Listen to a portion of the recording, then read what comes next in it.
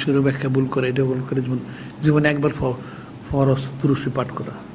কারণ তুমি দলিল দিলা সল্লু হুজ্জু, এটা দলিল, তাহলে এটার সল্লু অর্থটা কি? জীবনে একবার লেখা আছে। সিয়াকুল কালাম বুঝো, পড়ছ? সিয়াকুল কালাম অর্থ কি? এর ধারাবাহিকতা, যে আমি মদিনা শরীফ যাচ্ছি, তুমি আসতে থাকো বা তুমি আসো। আমি মদিনা শরীফ যাচ্ছি, তুমি আসো, তার অর্থ কি? তুমি আইসা থেমে থাকো, আমার পিছনে পিছনে চলো। বুঝো আমার কথাটা, বাংলা কথা। হ্যাঁ, সিয়াকুল কালাম বলে কালামের ধারাবাহিকতা। সিয়াক মানে চলা, ধারাবাহিকতা, কালামের। তা আল্লাহ বললেন যে আল্লাহ পাঠ করতেছেন, ইন্নাল্লাহা ওয়া মালাইকাতু ইউসাল্লুনা আলান নবী সাল্লাল্লাহু আলাইহি ওয়াসাল্লাম ইয়া আইয়ুহাল্লাযীনা আমানু সাল্লু আলাইহি ওয়া সাল্লিমু তাসলিমা, তোমরাও সালাত পাঠ করো। ওইটার সাথে এটা ধারাবাহিকতা। আমি যেমন বললাম যে আমি মদিনা শরীফ যাইতেছি, তোমরা আসো, আসতে থাকো, তাহলে কি তুমি থেমে থাকবা না চলতে থাকবা? তা আসো তো আমর, তা আমর তাহলে একবার আসুক। হ্যাঁ, তা একবার আসবে, তাইলে আমি চলতেছি, তাহলে তোমরা চলো, চলো তো আমর, তো একবার, তাহলে কেমন হইব? তাহলে আমি চলছি, তোমরা আমার পিছনে পিছনে চলো, তাহলে আমার সাথে মদিনা শরীফ পৌঁছতে পারবো। তা আল্লাহ পাক সালাত পাঠ করছেন, তো তোমরা পাঠ করো, তার অর্থ তুমি একবার করে শেষ করে দাও, তোমরাও পড়তে থাকো। তারা এটা কি এনে কিসের নাহু সরব খাটাই, কে নাহু সরব? হ্যাঁ, আন্দাজে নাহু সরব খাটাইলে হবে? আমরের কিসের আমর? 40 অর্থ, 50, 100 অর্থ, আমরের 1000 অর্থ হইতে হবে, কি 1000 অর্থ হয়েছে? এই নিয়ে এটা হবে কেন?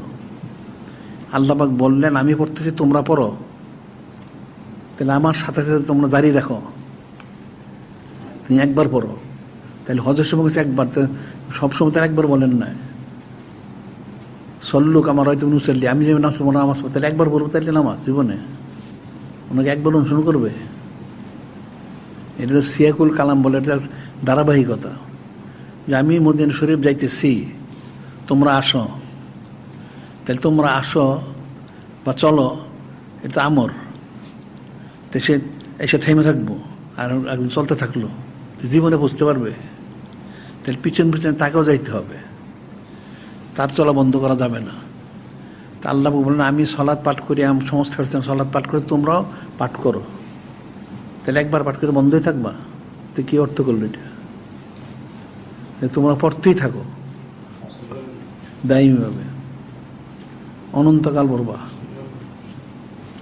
ওটাই তুয়াজ্জির হো তুয়াক্কের তুচাবি বুকরা তো আসছিল, সকাল সন্ধ্যা পাঠ করতে থাকো। এখন তো মানুষ তো আসলে এই জিনিসগুলি বুঝে না।